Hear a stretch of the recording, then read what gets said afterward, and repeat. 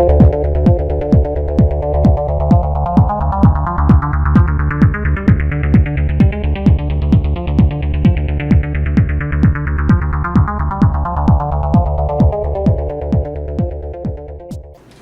no ar mais um programa do Núcleo de Política e Cidadania aqui do canal 6 da NET, TV Comunitária. Você pode nos acompanhar através das redes sociais ou no nosso site, ao vivo, a mesma programação que passa no canal 6, tvcrio.org.br, ou no nosso celular através do aplicativo TV Comunitária Rio. Eu tenho a grata satisfação de entrevistar hoje Marcelo Vargas, que é candidato à presidência do Flamengo, o clube de maior torcida, alguns dizem até do mundo, né? Mas aí é o Marcelo que vai falar sobre isso. A eleição do Flamengo ocorre na primeira semana de dezembro.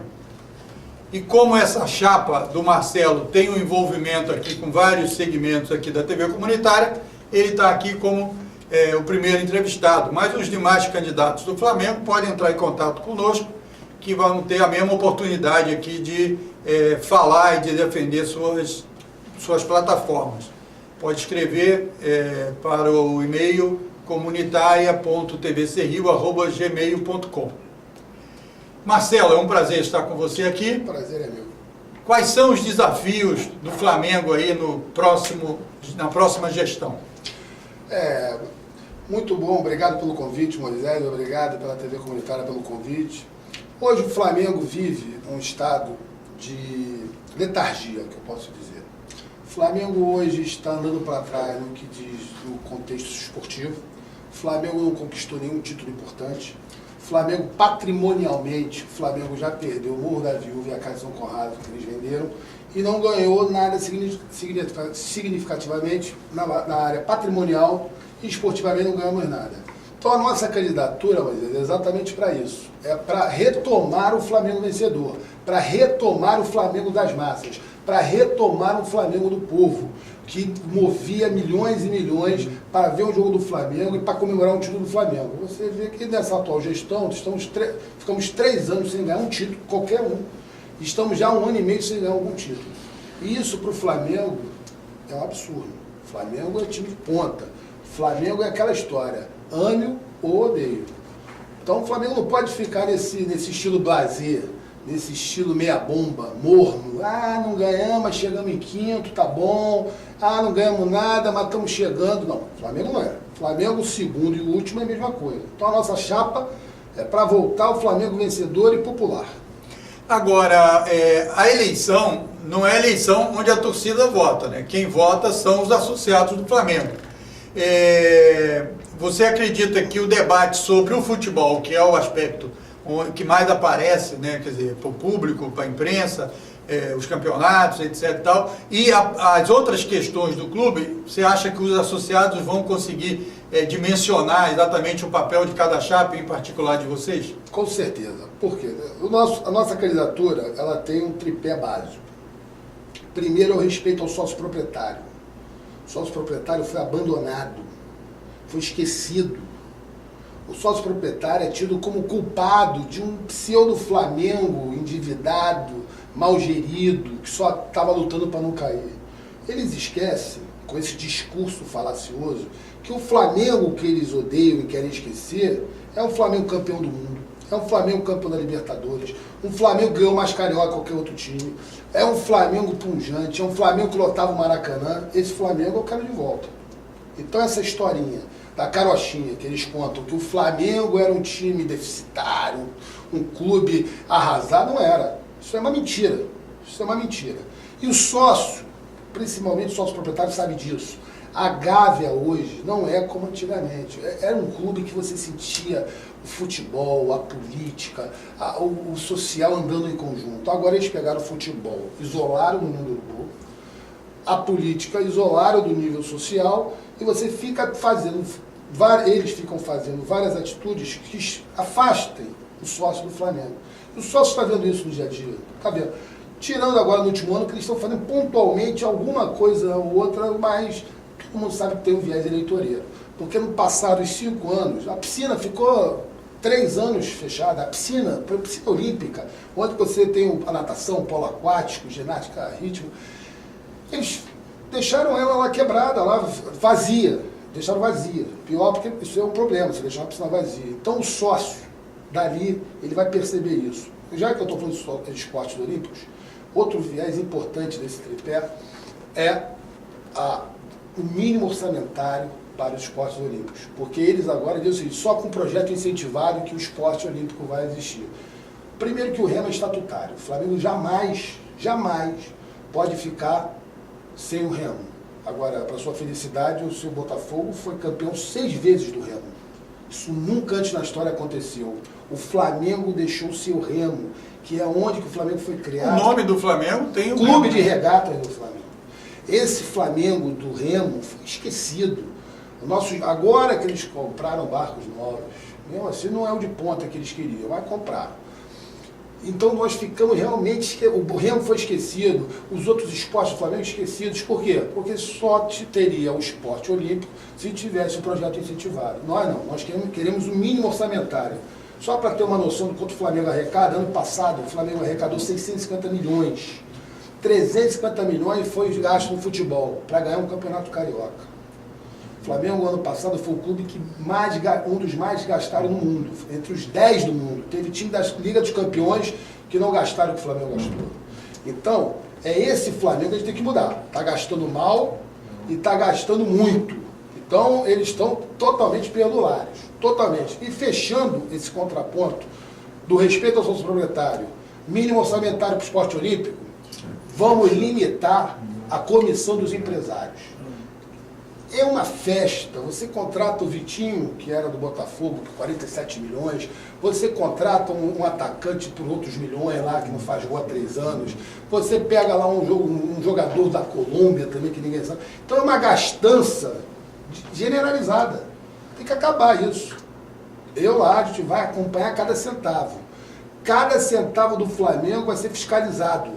A gente vai fazer um time de futebol vencedor, mas não vai gastar nem a metade que esses caras gastam. A gente vai gastar menos com perfil do Flamengo, perfil vencedor, com história no Flamengo e valorizando a base. Então, você vai trabalhar vai dar um choque aí de gestão. Perfeito. Seja no futebol e nos outros segmentos. Perfeito. Que o clube participa. Medidas de participação dos associados, de democratização das decisões, que medidas a chapa está propondo? Excelente pergunta, Moisés. Primeiro ponto, a gente vai auditar tudo. Vamos auditar tudo, principalmente futebol. Auditoria independente do Banco Central e da CVM. Porque eles gostam muito de falar que querem emitir ações na Bolsa de Valores. Mas eles têm que se submeter à fiscalização também. Então vamos fiscalizar primeiro, ver se está tudo em ordem, para depois esses devaneios capitalistas. O superávit do Flamengo é título. Eu não quero que a ação do Flamengo suba na Nasdaq, ou na Bolsa de Valores, que seja em qualquer lugar. Eu quero que o Flamengo seja campeão. O Flamengo é um clube sócio esportivo. É para isso que o Flamengo foi criado e é para isso que o Flamengo tem que existir. Não é para ficar lançando bolsa, aí eles pegam a corretora Flamengo, lá te dá o nome Flamengo, eles vão lá e tem um lucro dele. Mas desde Flamengo, para quem é Flamengo? Outra coisa importantíssima, dentro da sua pergunta, é audiências públicas rubro-negras. Nós vamos fazer mensalmente, dentro do nosso plenário, vamos convidar torcidas, vamos convidar todo esse povo que não tem acesso ao Flamengo para dar a sua opinião. Eu estarei lá presente mensalmente, estarei lá presente e ficarei ouvindo todas as propostas, ficarei ouvindo o que o povo quer, o que a torcida quer, o que está faltando para o Flamengo. Porque um presidente, porque a cadeira de presidente do Flamengo, ela é solitária. Essa história de vamos fazer um grupo, vamos fazer uma comissão, isso aí não interessa. Só sobra lá o regime presidencialista. Quem decide por último é o presidente, ele delega. Você tem o vice-futebol, você tem o vice-social, vice-finanças, você vai saber o que ele está fazendo, mas a palavra final sempre será do presidente. Então, na minha gestão, eu vou ouvir a torcida, para eu não ficar de costas para a torcida e esquecer o que é ser Flamengo.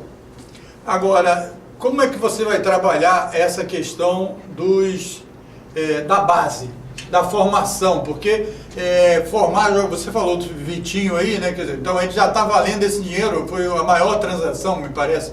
Da história do Flamengo. Da história do Flamengo, etc. Então, quer dizer, o time que formou continua recebendo, inclusive, contribuição para isso, etc. E a gente já viu outros casos aí. Como é que vai trabalhar, qual a avaliação que vocês fazem do trabalho de base, de formação de atletas e tal? Perfeito. A gente trabalha com a seguinte premissa. Tudo bem que muitas pessoas acham que é uma placa na parede, craque Flamengo faz em casa. Não. Por que existiu esse jargão e o Flamengo se beneficiou com grandes times com o craque Flamengo faz em casa? Primeiro ponto, o Flamengo sai na frente de todos os outros clubes. O Flamengo tem mais torcida. Lógico, logo, esse garoto que é Flamengo vai querer fazer teste no Flamengo para jogar no Flamengo. Por isso que o Flamengo é a ponta. Se ele não passar lá, ele vai para outros clubes. Mas a primazia é o Flamengo. O Flamengo tem a prioridade. A partir daí, você tem que ter os melhores craques. Pelo menos, que tem mais potencial. Você tem que fazer um acompanhamento do sub-12 até lá o sub-20. Já existe isso? Existe. Só que eu acho que ele é deixado de lado. Você prefere comprar um jogador numa aposta, um jogador com a idade avançada e com problema no joelho na Europa, ou um jogador aí no América do Sul, nos cantões da América do Sul, ao invés de você tentar dar uma chance para o seu garoto da base. Você monitorando ele desde o sub-12, em toda a base, você já vai saber que daqui a 5, 6, 8 anos, você vai ter um lateral direito bom, você vai ter um lateral esquerdo bom, zagueiro bom, um goleiro, meio campo, atacante. Se você perceber que nessa safra você tem um problema, você não vai ter uma posição que você vai ter um atleta de ponta, aí você vai no mercado comprar. Mas a prioridade é na base. Agora, você também não pode lançar o jogador da base, jogar na fogueira. Porque aí você queima o jogador. Você, além de ter um problema esportivo, que o time não vai andar, você vai ter um problema de mercado. Você investe no jogador e quando você vai pôr ele no time para vender, você não vai conseguir, porque ele não vai rodar. Mas a gente não pode pensar só no mercantilismo do esporte, porque hoje a commodity de jogador de futebol é uma das principais desse mundo. Você não pode pensar no Flamengo só com viés econômico, tem que ter, lógico, viés econômico. Esse pessoal que lá está, eles inverteram. Anteriormente, nas outras administrações, os fins justificavam os meios. Essa atual administração mudou. Os fins justificam os meios. O que acontece? Eles falam que tem uma gestão maravilhosa e você não chega ao resultado. Aí eles dizem que é azar, eles dizem que é porque a bola não entrou, bateu na trave. Não é. É competência. Se você não é competente, a bola não vai entrar. Então essa gestão, ela diz o seguinte, ó, os meios justificam os fins. Os meios está perfeito. O fim é sentido. Agora, como vocês avaliam essa questão do sócio-torcedor? A política está correta? Qual é a avaliação que vocês fazem? Vocês vão mudar? Como é que vocês vão se relacionar com essa modalidade que é, pela análise aí dos especialistas, uma questão importante? Perfeito, muito boa pergunta, porque é o seguinte, sócio-torcedor hoje no futebol é uma das ferramentas que um clube tem para se manter e realmente fidelizar o seu torcedor. Só que o atual programa sócio-torcedor, ele não é nem sócio nem torcedor. Ele não é sócio do Flamengo e não é torcedor. Lógico que você tem vários torcedores lá, a maioria das pessoas que estão lá, inclusive amigos meus são sócios-torcedores, e eles estão lá pagando. Só que a grande massa, a grande nação rubro-negra foi alijada do programa. Porque só quem tem cartão de crédito que pode aderir ao programa. A gente sabe a crise que o país vive, que a grande massa não tem cartão de crédito, está com a SPC e no Serasa. Cartão de crédito não tem mesmo. Não tem mesmo. Então, porque a população não tem acesso a esse tipo de... O sistema bancário não atinge o conjunto da população. E além desse fato, você bota ingressos a preços exorbitantes. O jogo da Libertadores, os principais jogos que a nação quer ir, bota R$180, R$200, absurdo. Outra coisa que nós vamos fazer, se continuarmos com o Maracanã, porque aí vai depender da eleição estadual, é tirar aquelas cadeiras atrás do grupo. O Flamengo só joga no Maracanã com o setor popular de fato, com ingresso no máximo de R$50. E aí que entra o nosso programa de fidelização do torcedor. O torcedor que for no Flamengo e Madureira do Campeonato Carioca, ele vai ter a prioridade de compra no jogo do Flamengo na Libertadores, nos grandes jogos. É isso que tem que ter no programa de fidelidade do torcedor. O que não tem no sócio torcedor hoje. Hoje é só quem tem mais paga mais e vai lá pro jogo. Você está fazendo uma crítica de que é um elitismo aí. Exatamente. Além do elitismo, você pede o torcedor raiz, o torcedor que vai ao jogo, aquele torcedor realmente leal ao clube, que vive o Flamengo. E no sofrimento está junto, né? Exatamente. E você tem que ter uma parceria com as torcidas organizadas, sim. A torcida organizada tem muita gente boa. Fui presidente da torcida jovem do Flamengo com muita honra. Nós temos muita gente nas arquibancadas que acompanham o Flamengo, que querem pagar o programa de fidelização, mas não tem oportunidade porque não tem cartão de crédito, não tem dinheiro para pagar R$200 por jogo. Na crise que a gente vive, um jogo a R$200 é um absurdo. Então o torcedor que vai lá tem um perfil que vai lá como um hobby. Hoje eu vou no Maracanã, como eu vou no teatro, no cinema, e a gente sabe que o Flamengo não é isso. O Flamengo é paixão, o Flamengo o cara tem que ir para lá querendo se esgoelar e ganhar no grito, mesmo na vitória e ganhando no grito. Sem essa paixão, o Flamengo vira um time comum. Você aí nessa sua resposta levantou dois assuntos aí que eu preciso te perguntar. Um é a questão do Maracanã, que é lá da ilha. Outro é a questão da relação do Flamengo com os outros clubes, etc. Certo? Como é que você, na questão do patrimônio, vocês veem a participação do Flamengo? Digamos, o maior estádio é o Maracanã e a maior torcida do Flamengo. Então, quer dizer, que raio de relação foi criada no Estado de que isso ficou distante um do outro? Vocês estão satisfeitos com a ilha? Qual é o projeto que vocês têm e tal para frente? Olha, isso aí é muito bom tocar nesse assunto pelo seguinte aspecto. Vamos falar do Maracanã. O Maracanã é importante para a história do Flamengo? É. O Maracanã, no momento, é importante para o Flamengo? É. Só que mais importante do que o Maracanã é para o Flamengo, é o Flamengo para o Maracanã. Não adianta falar que vai fazer festival sertanejo, pelada, que o Maracanã não vai se manter. Até porque esse quadro móvel, eles botam 1.000 pessoas lá fora, posso te ajudar. É bom você ter pessoas para informar o torcedor, mas aquela quantidade que é um absurdo. Então, tem um certo cabide aí. Tem que ir lá ver, por isso que a gente vai auditar tudo. Eu não sei, eu tenho que ver isso. Pelo que a gente escuta, não é o que a gente quer. Então, o Maracanã, esse contrato que o Flamengo fez com o Maracanã, é muito interessante isso, porque o Flamengo até agora, até 6 meses atrás, se recusava a sentar para conversar com a Odebrecht. No apagar da luz da atual gestão, eles fizeram um contrato. Eles queriam fazer de 4. Eu votei contra. Eu e o nosso grupo. Ganhamos. Aí passou de 2 anos e meio. Que eu também votei contra. Mas aí passou 2 anos e meio. Por que fazer um contrato com o Odebrecht no apagar das luzes da gestão do Flamengo e no apagar das luzes do governo do Estado?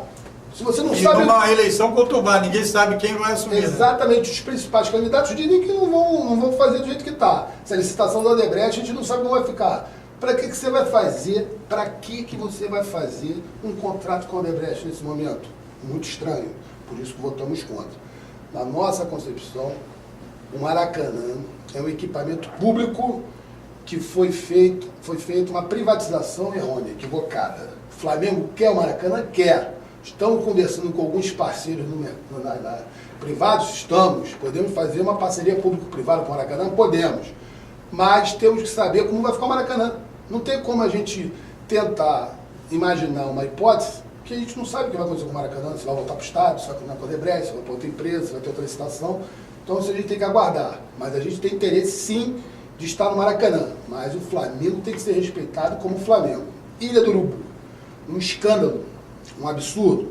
Foram gastos 20 milhões de reais num estádio que não tinha a mínima capacidade de comportar a torcida do Flamengo em jogos de ponta. Fui na reunião. A própria localização também é complicada. Um absurdo. Entrar na ilha, sair da ilha. Uma entrada e uma saída. Eu fui no jogo da ilha que eu ficava 2 horas só no engarrafamento, chegava no segundo tempo. Tive que ir a jogo de barca. Então, está alguma coisa errada, ou muita coisa errada. Eu fui na reunião em que o Flamengo estava presente, estava a Portuguesa e as associações de moradores ao redor. Eles falaram o seguinte: meus amigos, se o jogo do Botafogo deu problema, imagine o Flamengo. E eles estavam lá realmente muito preocupados, com toda razão. Aí o governador não comportava aquilo, não comportava. E não, o Flamengo é muito maior que aquilo. Você poderia fazer jogos de pequeno e médio porte ali? Sim, poderia, mas não da forma que foi feita. E tem um outro aspecto muito importante. O Flamengo tem estádio, pouca gente sabe. José Baixo Padilha na Gávea, para 5 mil pessoas. Temos uma arquibancada lá para 5 mil pessoas. Por que você não fez esse projeto na ilha e na Gávea? Ah, mas a Associação de Moradores do Leblon não pode deixar. Eu não tenho que perguntar à Associação de Moradores. Eu já tenho um estádio na Gávea, já jogo lá as minhas categorias de base, futebol feminino, e vou ampliar como já foi feito isso há 20 anos atrás, na década de 90. Eu não preciso de autorização de ninguém. Preciso de autorização para marcar jogos do profissional lá. Porque eu já jogo lá categoria de base e feminino. Vou ampliar, faço aquela estrutura que eu fiz na ilha, faço na Gávea, jogo ali pequenos e médios jogos. Se não me der autorização, ok, jogo futebol feminino e jogo ali a categoria de base. Faço uma grande campanha junto à torcida, boto o ingresso a R$1, vou lotar para mostrar que dá para ter jogo na Gávea. O Flamengo apresentou o Ronaldinho Gaúcho para 50 mil pessoas na Gávea. Nunca foi tão bom o trânsito do Lagoa do Ar, nunca. Tinha gente fora da Gávea, foi uma festa, não sei se você lembra, foi lindo o Ronaldinho Gaúcho. Não deu certo como a gente queria, mas a apresentação foi bonita. Então, o trânsito escoava que é uma beleza. Hoje em dia na Gávea você tem 5 entradas. Você pode ir pela Lagoa, pelos 2 lados, você pode vir pela Barra, você pode vir pelo Jardim Botânico e você pode vir de metrô. Então é muito mais fácil jogar na Gávea que jogar na ilha. Então, Marcelo, um assunto polêmico, a relação dos clubes com as torcidas e a questão da violência. Você foi presidente da torcida jovem, como já falou aqui. Como é que você vê isso? Qual é a posição de vocês diante desse cenário aí, que a mídia tem um papel importante de criar às vezes, confusão no conceito desse relacionamento? Isso é muito importante. Como oriundo de torcida e de arquibancada, não apareci o Flamengo, não cai de paraquedas no Flamengo. Eu vivo o Flamengo, sempre vivi. Nasci na Gávea, fiz escolinha do Zico, meu pai era sócio patrimonial. Então, antes de ir para a arquibancada, eu vivi dentro da Gávea. Depois eu fui para a arquibancada, ia com meu pai, depois comecei sozinho, me filiei à torcida jovem e lá fui presidente. Então, não sei como é que é, clube e torcida. Primeiro, o clube tem que se dar o respeito. Você tem que ser realmente um clube sério. Mas você também tem que mostrar para as torcidas que você quer ser parceiro. Você não pode ser excludente, mas você também não pode ser refém. Você não pode pedir favor à torcida, não. Você tem que agir com firmeza. Olha, vocês têm a função de torcer. Nós temos a função de dirigir o Flamengo. Vocês vão ter um programa de fidelização do torcedor como qualquer torcida. Vocês vão pagar o seu ingresso, vão pagar um preço justo e eu quero vocês todo jogo lá. Isso qualquer torcedor, foi o que eu falei, o torcedor leal, aquele torcedor que tem a fidelização, que vai a todo jogo, ele vai ter a prioridade na compra. Se a torcida organizada for a todo jogo, ele também vai ter a prioridade na compra. Mas vai comprar, não vai ter ingresso de graça não. Porque um dos fatores que contaminaram as torcidas de todo o Brasil é essa farra de ingresso também. E isso eu sei... Virou um certo negócio, né? Exatamente. Contaminou. Pessoas que estavam lá por amor e paixão, viram aquele dinheiro entrando e acharam que aquilo ali, e aquilo não é bom. Meio de vida. Isso, exatamente. Isso aí não pode, isso está errado.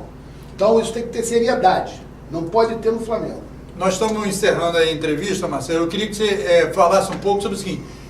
Quem é esse grupo que compõe essa chapa? É importante aí dar um quadro para o pessoal aí que é flamenguista, claro que são sócios, que conhecem, para se identificar com esse grupo que vocês representam. Eu sei que o Paulo Gomes, que é o nosso diretor aqui, também está presente aí com vocês, mas fale aí para o pessoal flamenguista que conhece a relação lá dentro do clube, quem é que compõe essa... Pelo seu discurso, vocês são uma chapa de oposição à atual gestão e tal. Como é que está isso e quem compõe para a gente encerrar aí? Exatamente. Nós somos o grupo Flá Tradição, Chapa Branca. Nós temos como candidato a presidente do Conselho Diretor eu, Marcelo Vargas, e Mauro Serra, meu vice-presidente geral. Diretor de futebol, campeão da Mercosul, da Copa dos Campeões e Tricarioca. Então sabe tudo de futebol. Esse é meu vice-geral. Presidente... Meu nome dele? Mauro Serra. Mauro Serra. Quem conhece o Flamengo, sabe da história, conhece a história dele dentro do futebol e dentro do Flamengo.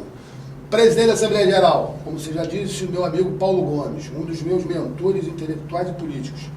Vice-presidente, José Marco, também meu amigo de longa data do futebol de praia também. Eu sou presidente do Copa Leme e ele é presidente do Força Saúde do futebol de praia. Temos também, junto do Flá Tradição, o Paulo César Ribeiro, que vai ser o nosso candidato por deliberativo. Luiz Antônio, advogado da Caixa Econômica, também vice-presidente do Conselho Deliberativo. Zé Paulo Tomé, para o Conselho de Administração, um nome muito importante.